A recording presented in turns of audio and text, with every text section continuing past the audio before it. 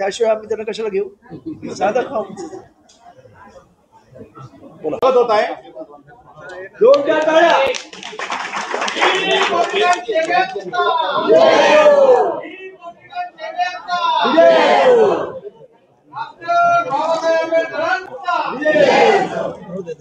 जागेच्या अभावी या ठिकाणी आपण फक्त नावे जाहीर करतो प्रमुख पदाधिकारी झाले.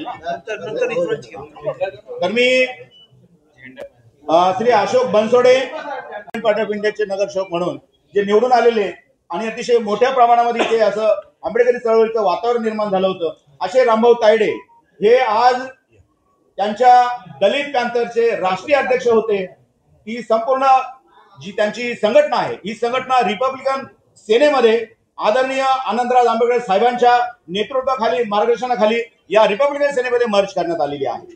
ही घोषणा सर्वप्रथम मी या ठिकाणी करतो. आणि आज रामभाऊ तायडे यांच्या माध्यमातून त्यांचा स्वतःचा या ठिकाणी पक्ष प्रवेश होईल आणि संपूर्ण त्यांची जी कार्यकारिणी त्यांची टीम आहे, जी नॅशनल, राज्य आणि ठाणे ही सर्व टीम या ठिकाणी उपस्थित झालेली आहेत. मी काही ठराविक प्रमुख पदाधिकाऱ्यांची नावं घेतोय रामभाऊंच्या सोबत जे आज प्रवेश होत आहे. ते म्हणजे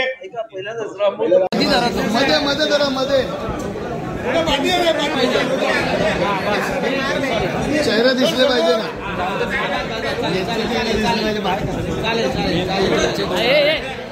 हो ताई समोर बघा, आता समोर बघा,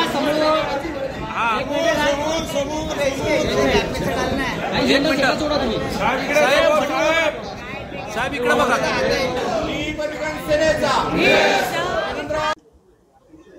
आम्ही आमचा बाप एकच, परमपूज्य डॉक्टर बाबासाहेब आंबेडकर, आणि आम्ही भाऊच आहे सगळे.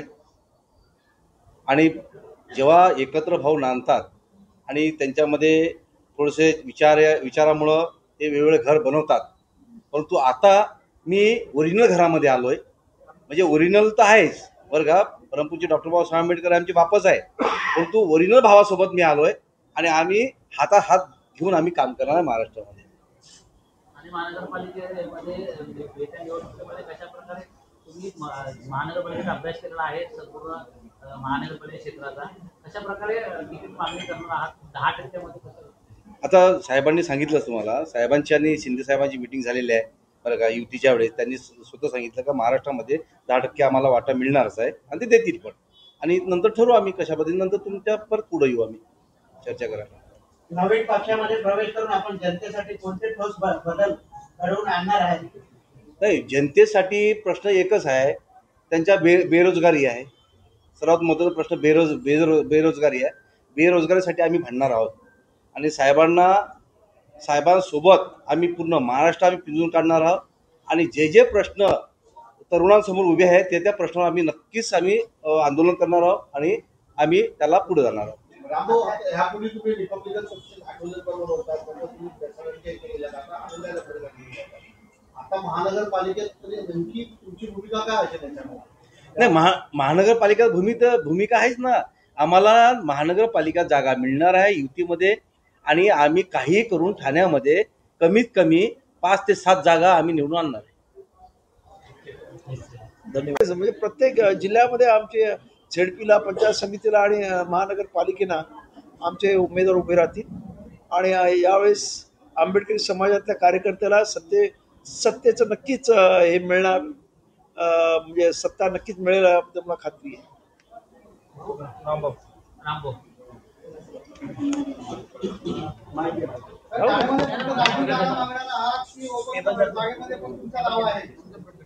आमचा दावा जिथं आंबेडकरी चळवळीची ताकद असेल त्या जागेवरच आहे.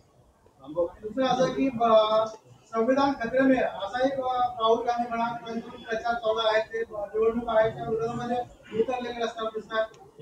घटना काळाचे वारस कुठे असं दिसत नाही. मला असं वाटत नाही की या देशामध्ये कोणाचं माय मिळाली की या घटनेला हात लावायचे. तुमच्याच भाषेत, ठाणेकरी भाषेत उत्तर दिलं. हा बोला. सर्व पत्रकार बंधूंचं मनापासून स्वागत करतो. 3 वाजताची प्रेस कॉन्फरन्स असताना थोडा आम्हाला लेट झाला तरी आपण सगळे इथे थांबलात, त्याबद्दल मी तुम्हाला सर्वांना धन्यवाद देतो. आजची प्रेस कॉन्फरन्स आपल्याला कळलंच असेल की माजी नगरसेवक रामभाऊ तायडे आणि त्यांचे संपूर्ण सहकारी आज रिपब्लिकन सेनेमध्ये विलीन झालेले आहेत. त्यांनी त्यांचा दलित पॅंथर विलीन केलेला आहे. त्याचबरोबर अनेक रिपब्लिकन सेनेमध्ये वेगवेगळ्या गटातटाचे आंबेडकर चळवळीमध्ये अनेक कार्यकर्ते आज इथे सामील होत आहेत आणि त्यासाठी म्हणून खास इथे मी आलेलो आहे. त्याचबरोबर आपल्या सर्वांना सांगू इच्छितो की इथे आज ही जी काही आंबेडकर चळवळीमध्ये एक वेगळ्या प्रकारची ऊर्जा आपण पाहता, आज एवढे प्रचंड मोठ्या संख्येने कार्यकर्ते आले. त्याचं कारण एक आहे की आजपर्यंत आंबेडकर चळवळीमध्ये युत्या ह्या फक्त नेत्यांसाठी झाल्या. पहिल्यांदा आम्ही युती केलेली आहे जी कार्यकर्त्यांसाठी केलेली आहे, की आता स्थानिक स्वराज्य संस्थांच्या ज्या इलेक्शन्स होणार आहेत त्यामध्ये आंबेडकरी चळवळीच्या कार्यकर्त्याला प्रामुख्याने भाग घेता यावा आणि तो निवडून यावा यासाठी म्हणून ही युती करण्यात आलेली आहे. आणि त्याला आंबेडकर चळवळीतल्या वेगवेगळ्या गटातटातल्या सर्वच कार्यकर्त्यांनी प्रचंड असा प्रतिसाद दिलेला आहे. मी म्हणजे 2 दिवसापूर्वी नागपूरला होतो, तिथे सुद्धा प्रचंड अशी पद्धतीची प्रेस झाली, कार्यकर्ते जॉईन झालं. अमरावतीला गेलो, तिथेही मोठ्या पद्धतीचा मेळावा आणि कार्यकर्ते सामील झालेले आहेत. आणि मुंबईत तर आमच्या ऑफिसमध्ये दर दिवशी 100-200 कार्यकर्ते सामील होत आहेत. एवढी मोठी लाट रिपब्लिकन सेनेची आज आंबेडकर चळवळीमध्ये आलेली आहे. आणि याचं महत्वाचं कारण म्हणजे आज कार्यकर्त्याला कुठेतरी आशा व्यक्त झालेली आहे की 50-60 वर्ष हा कार्यकर्ता सत्तेपासून दूर होता, तो कुठेतरी सत्तेमध्ये जाईल. आणि आम्ही या इथे महाराष्ट्राचे माजी मुख्यमंत्री आणि सध्याचे उपमुख्यमंत्री एकनाथरावजी शिंदे यांच्याबरोबर आणि त्यांच्या शिवसेनेवर आम्ही युती केलेली आहे. आणि त्यांना हेच सांगितलेलं आहे की आम्हाला नेत्यांना काही नको, कार्यकर्त्यांना आमच्या या सत्तेमध्ये सामावून घ्या. आणि ते त्यांनी शब्द दिलेला आहे. आणि त्यामुळं आज लोकांमध्ये एक वेगळ्या प्रकारची ऊर्जा तयार झालेली आहे. या इथे आताच आमचे रामभाऊ तायडे इथे आमच्या पक्षामध्ये सामील झालेले आहेत. आम्ही महाराष्ट्राची सध्याची कार्यकारिणी कारण अनेक लोक आमच्या पक्षामध्ये येत असल्यामुळं सध्या डिझॉल्व्ह केलेली आहे. आणि त्यामुळे प्रमुख जे कार्यकर्ते येतात त्यांना आम्ही महाराष्ट्राचे नेते अशा पद्धतीने संबोधतो. आणि आज या इथे मी जाहीर करतो की रामभाऊ तायडे महाराष्ट्राचे नेते असतील रिपब्लिकन सेनेचे, अशी आपल्या सर्वांना मी इथे ग्वाही देतो.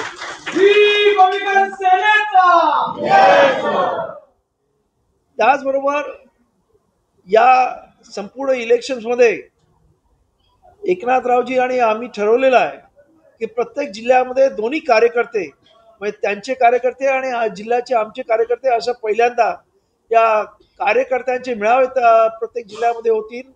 आणि त्यानंतर संपूर्ण महाराष्ट्रामध्ये आम्ही दोघं मिळून दौरे काढणार आहोत.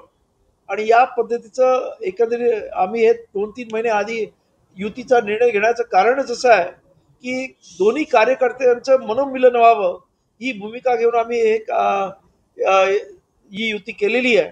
आणि मला वाटतं की येणाऱ्या महाराष्ट्राच्या आगामी राजकारणामध्ये या युतीमुळे एक चांगलं परिवर्तन आपल्याला दिसल्याशिवाय राहणार नाही असं मला वाटतंय. आपल्या कोणाच्या काही मनामध्ये प्रश्न असतील तर जरूर मला विचारा. निवडणुकीच्या तोंडावरच हे मनोमिलन होतं असं देखील नाही, निवडणुकीच्या आयत्या वेळेला मनोमिलन होतं, ते मनोमिलन होत नाही. हे ऑलरेडी 3-4 महिने आधी झालेलं आहे. त्यामुळे कार्यकर्त्यांना आमच्या कार्यकर्त्यांना एकमेकांना समजावून घेणे आणि कार्यकर्त्यांचं मनोमिलन होणं जेणेकरून ट्रान्सफर ऑफ वोट्स जे इलेक्शनमध्ये अत्यंत महत्वाचं असतं ते होण्याची शक्यता आहे. किती जागा तुमची मागणी असेल? हे बघा, आम्ही त्यांना सांगितलेलं आहे आता ते महायुतीमध्ये आहेत, आपल्या सर्व माहीत आहे. आता त्या महायुतीमध्ये त्यांना किती जागा सुटतील आम्ही सांगितलं, तुम्हाला वाट्याला येणाऱ्यापैकी 10% जागा आम्हाला आमच्या कार्यकर्त्यांना मिळाव्यात अशी आम्ही त्यांना मागणी केलेली आहे. आणि ते म्हणाले जरूर आम्ही याच्यावर नक्कीच पॉझिटिव्ह एक निर्णय घेऊ. म्हणजे सर ह्या जागा तुम्हाला महायुतीतल्या हव्यात किंवा 10% हव्यात की शिंदेच्या ह्याच्यातून? नाही, आम्हाला शिंदेच्या ह्याच्यातलं, कारण आमची युती शिंदेबरोबर झाली. साहेब, तुम्ही एकीकडे मनोमिलनाच्या गोष्टी करतात, त्या ठिकाणी उद्धव ठाकरे, राज ठाकरे हे 2 भाऊ एकत्र झाले, त्याबद्दल कसं बोलतो? ऐका, आज जी परिस्थिती आहे एकंदरीत आपण पाहिलं असेल, मध्यंतरी एक BSTचं याचं इलेक्शन झालं. काय जी पूर्वीची क्रेज होती ती आता संपलेली आहे. आणि खास करून एकनाथरावजींनी ज्या पद्धतीने मुख्यमंत्री पद सांभाळलं आणि कार्यकर्ता म्हणून मुख्यमंत्री असताना सुद्धा प्रत्येक कुठेही घडलेल्या एखाद्या इन्सिडेंट्स म्हणजे ठाण्याला मध्यंतरी झालं, त्यामध्ये स्वतः जे रस्त्यावरती येऊन हजर राहतात त्याचा एक वेगळा इम्पॅक्ट लोकांवर पडलेला आहे. आणि त्यामुळं या मनोमिलनाचा किती परिणाम होईल मी आज तरी सांगू शकत नाही. सर, जसे ते दोन बंधू एकत्र आले हा. तसे येत्या काळामध्ये आंबेडकरी जनतेलाही वाटतं की तुम्ही दोन बंधू पण येतील ना, एकत्र का यावे. नाही? पुढच्या काळात ते पण होऊ शकतं. हे राजकारणात काहीच अशक्य नाही. तर राज्यामध्ये सध्या मराठा आरक्षण आणि ओबीसी आरक्षण यामध्ये वाद पेटलेला आहे. सरकारने जो जी आर काढलेला आहे तो रद्द करावा असं छगन भुजबळांची एकदम रास्त मागणी छगन भुजबळांचं म्हणणं आहे की आमची रास्त मागणी आहे. कसं वाटतं या सगळ्या? मला पहिल्यांदा एक सांगायचं की या जो महाराष्ट्रामध्ये वाद पेटलेला ना, तो वाद मुळातच निरर्थक आहे. पहिल्यांदा मराठा समाजाला आरक्षण मिळालं पाहिजे ही मागणी आम्ही सुद्धा, म्हणजे मी त्या जरांगींच्या स्टेजवर जाऊन त्यांना पाठिंबा दिलेला आहे. याचं कारण आहे की डॉक्टर बाबासाहेब आंबेडकरांनी जेव्हा संविधान लिहित होतं आणि त्यांच्या कलम 340 मध्ये ओबीसीना आरक्षण द्यायचं ठरलं, तेव्हा मराठ्यांना सुद्धा आरक्षण द्यायचं त्यांनी निश्चित केलं होतं. किंवा त्यांचं नाव सुद्धा घातलं होतं. दुर्दैवानं त्या काळच्या असणाऱ्या मराठा नेत्यांनी आम्हाला आरक्षण गरज नाही, आमच्याकडे प्रचंड मोठी शेती आहे, अशा पद्धतीची भूमिका घेतली. परंतु आज ती परिस्थिती राहिलेली नाही. आज त्या शेतीचे तुकडे झालेले आहेत, विभाजन झालेलं आहे आणि मराठवाड्यामध्ये तर अत्यंत वाईट परिस्थिती मराठा समाजाची आहे. त्यामुळे त्यांना आरक्षण मिळावं ही आंबेडकरी समाजाची सुद्धा भूमिका आहे. त्याचबरोबर आता ओबीसीचं जे आरक्षण आहे, आज मराठा समाज म्हणतो आम्ही 36% आहे. मला कळत नाही की जर 52% ओबीसी असतील, 20 आणि 13% जर एससी आणि 7% जर एसटी असतील तर तेच 72% झाले. आणि त्यानंतर 15 ते 20% या महाराष्ट्रामध्ये मुस्लिम आहेत, तर ते जवळपास माझ्या मते 90-92% होतात. मराठा समाज गेला कुठे? त्यामुळे या महाराष्ट्रातली पहिल्यांदा जातीनिहाय जनगणना होणं अत्यंत गरजेचं आहे. ते झाल्याशिवाय कुठचा समाज किती टक्के आहे हे एक्झॅक्टली कळणार नाही. आणि त्याच्यानंतर मग हे ओबीसी 52%, मराठा समाज 36% हे जे काही आहे त्याच्यातून मार्ग काढता येईल असं माझं म्हणणं आहे. आणि त्यामुळं त्यांना सुद्धा हे आरक्षण मिळालं पाहिजे. आणि त्यामुळं कोणीच आक्रस्ताळपणा करू नये आणि कोणी या महाराष्ट्रामध्ये असणारी जी सामाजिक वीण आहे, एकमेकांवरती विश्वासाची जी संतांची परंपरा आहे, त्याला कुठेही इथे छेद जाऊ नये ही रिपब्लिक सेनेची अपेक्षा आहे. सर, रामभाऊ तायडे साहेब आपल्या सोबत आलेले आहेत. ते माजी नगरसेवक होते ठाणे महानगरपालिकेचे. अनेक त्यांनी दलित त्यांच्या वतीने किंवा त्यांच्या चळवळीमध्ये अनेक आंदोलनं केलेली आहेत. रस्त्यावर उतरून लोकांना न्याय मिळवून दिलेला आहे. सर्व पत्रकार बंधूंचं मनापासून स्वागत करतो. 3 वाजताची प्रेस कॉन्फरन्स असताना थोडा आम्हाला लेट झाला तरी आपण सगळे इथे थांबलात, त्याबद्दल मी तुम्हाला सर्वांना धन्यवाद देतो. आजची प्रेस कॉन्फरन्स आपल्याला कळलंच असेल की माजी नगरसेवक रामभाऊ तायडे आणि त्यांचे संपूर्ण सहकारी आज रिपब्लिक सेनेमध्ये विलीन झालेले आहेत. त्यांनी त्यांचा दलित पॅंथर विलीन केलेला आहे. त्याचबरोबर अनेक रिपब्लिक सेनेमध्ये वेगवेगळ्या गटातटाचे आंबेडकर चळवळीमध्ये अनेक कार्यकर्ते आज इथे सामील होत आहेत आणि त्यासाठी म्हणून खास इथे मी आलेलो आहे. त्याचबरोबर आपल्या सर्वांना सांगू इच्छितो की या इथे आज ही जी काही आंबेडकर चळवळीमध्ये एक वेगळ्या प्रकारची ऊर्जा आपण पाहता, आज एवढे प्रचंड मोठ्या संख्येने कार्यकर्ते आले. त्याचं कारण एक आहे की आजपर्यंत आंबेडकर चळवळीमध्ये युत्या ह्या फक्त नेत्यांसाठी झाल्या.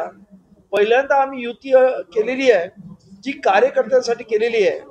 की आता स्थानिक स्वराज्य संस्थांच्या ज्या इलेक्शन्स होणार आहेत त्यामध्ये आंबेडकरी चळवळीच्या कार्यकर्त्याला प्रामुख्याने भाग घेता यावा आणि तो निवडून यावा यासाठी म्हणून ही युती करण्यात आलेली आहे.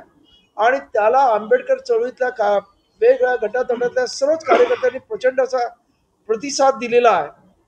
मी म्हणजे 2 दिवसापूर्वी नागपूरला होतो, तिथे सुद्धा प्रचंड अशी पद्धतीची प्रेस झाली, कार्यकर्ते जॉईन झालं. अमरावतीला गेलो, तिथेही मोठ्या पद्धतीचा मेळावा आणि कार्यकर्ते सामील झालेले आहेत.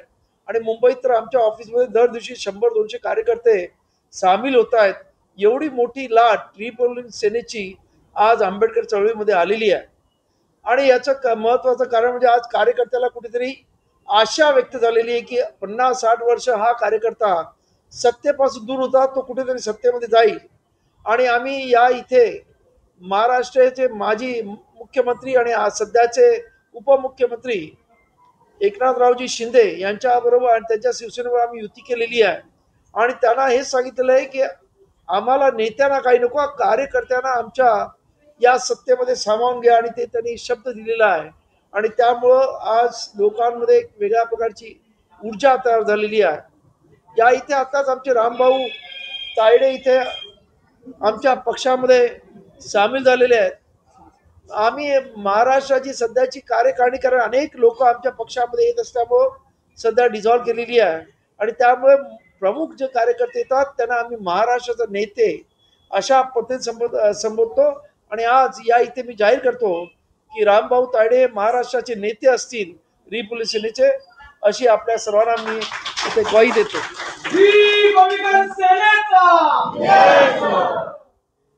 त्याचबरोबर या संपूर्ण इलेक्शन्समध्ये एकनाथरावजी आणि आम्ही ठरवलेलं आहे की प्रत्येक जिल्ह्यामध्ये दोन्ही कार्यकर्ते म्हणजे त्यांचे कार्यकर्ते आणि जिल्ह्याचे आमचे कार्यकर्ते असं पहिल्यांदा या कार्यकर्त्यांचे मेळावे प्रत्येक जिल्ह्यामध्ये होतील आणि त्यानंतर संपूर्ण महाराष्ट्रामध्ये आम्ही दोघं मिळून दौरे काढणार आहोत. आणि या पद्धतीचं एकंदरीत आम्ही हे 2-3 महिने आधी युतीचा निर्णय घेण्याचं कारणच असं आहे की दोन्ही कार्यकर्त्यांचं मनोमिलन व्हावं ही भूमिका घेऊन आम्ही ही युती केलेली आहे.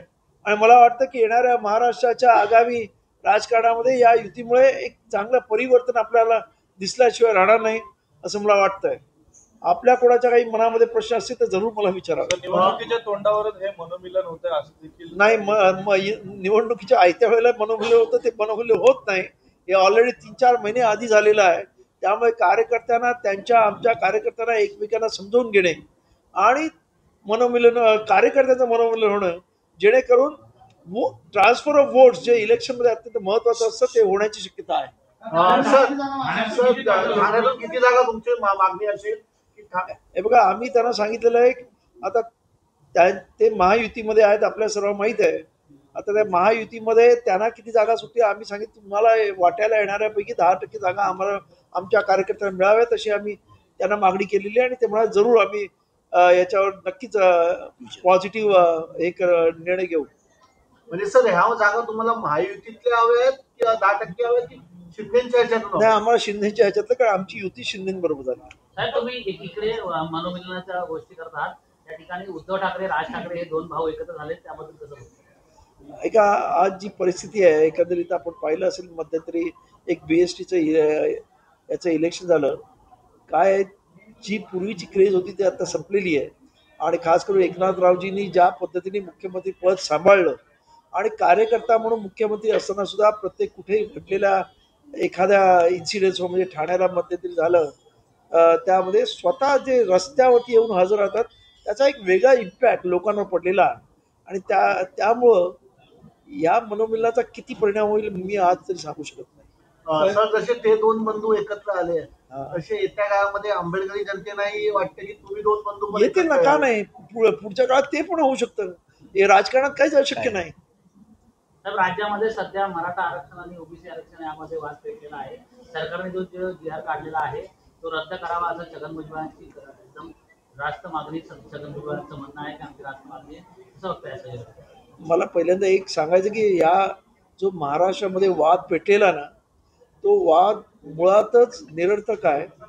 पहिल्यांदा मराठा समाजाला आरक्षण मिळालं पाहिजे ही मागणी आम्ही सुद्धा म्हणजे मी त्या जरांगींच्या स्टेजवर जाऊन त्यांना पाठिंबा दिलेला आहे. याचं कारण आहे की डॉक्टर बाबासाहेब आंबेडकरांनी जेव्हा संविधान लिहित होतं आणि त्यांच्या कलम 340 ओबीसीना आरक्षण द्यायचं ठरलं तेव्हा मराठ्यांना सुद्धा आरक्षण द्यायचं त्यांनी निश्चित केलं होतं की किंवा त्यांचं नाव सुद्धा घातलं होतं. दुर्दैवानं त्या काळच्या असणाऱ्या मराठा नेत्यांनी आम्हाला आरक्षण गरज नाही, आमच्याकडे प्रचंड मोठी शेती आहे अशा पद्धतीची भूमिका घेतली. परंतु आज ती परिस्थिती राहिलेली नाही. आज त्या शेतीचे तुकडे झालेले आहेत, विभाजन झालेलं आहे आणि मराठवाड्यामध्ये तर अत्यंत वाईट परिस्थिती मराठा समाजाची आहे. त्यामुळे त्यांना आरक्षण मिळावं ही आंबेडकरी समाजाची सुद्धा भूमिका आहे. त्याचबरोबर आता ओबीसीचं जे आरक्षण आहे आज मराठा समाज म्हणतो आम्ही 36% आहे. मला कळत नाही की जर 52% ओबीसी असतील 20 आणि 13% जर SC आणि 7% जर ST असतील तर तेच 72% झाले आणि त्यानंतर 15 ते 20% या महाराष्ट्रामध्ये मुस्लिम आहेत तर ते जवळपास माझ्या मते 90-92% होतात. मराठा समाज गेला कुठे? त्यामुळे या महाराष्ट्रातली पहिल्यांदा जातीनिहाय जनगणना होणं अत्यंत गरजेचं आहे.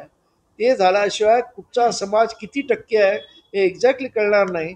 आणि त्याच्यानंतर मग हे ओबीसी 52%, मराठा समाज 36%, हे जे काही आहे त्याच्यातून मार्ग काढता येईल असं माझं म्हणणं आहे. आणि त्यामुळं त्यांना सुद्धा हे आरक्षण मिळालं पाहिजे. आणि त्यामुळं कोणीच आक्रस्ताळपणा करू नये आणि कोणी या महाराष्ट्रामध्ये असणारी जी सामाजिक वीण आहे, एकमेकांवरती विश्वासाची जी संतांची परंपरा आहे, त्याला कुठेही इथे छेद जाऊ नये ही रिपब्लिक सेनेची अपेक्षा आहे. सर, रामभाऊ तायडे साहेब आपल्या सोबत आलेले आहेत. ते माजी नगरसेवक होते ठाणे महानगरपालिकेचे. अनेक त्यांनी दलित त्यांच्या वतीने किंवा त्यांच्या चळवळीमध्ये अनेक आंदोलनं केलेली आहेत. रस्त्यावर उतरून लोकांना न्याय मिळवून दिलेला आहे.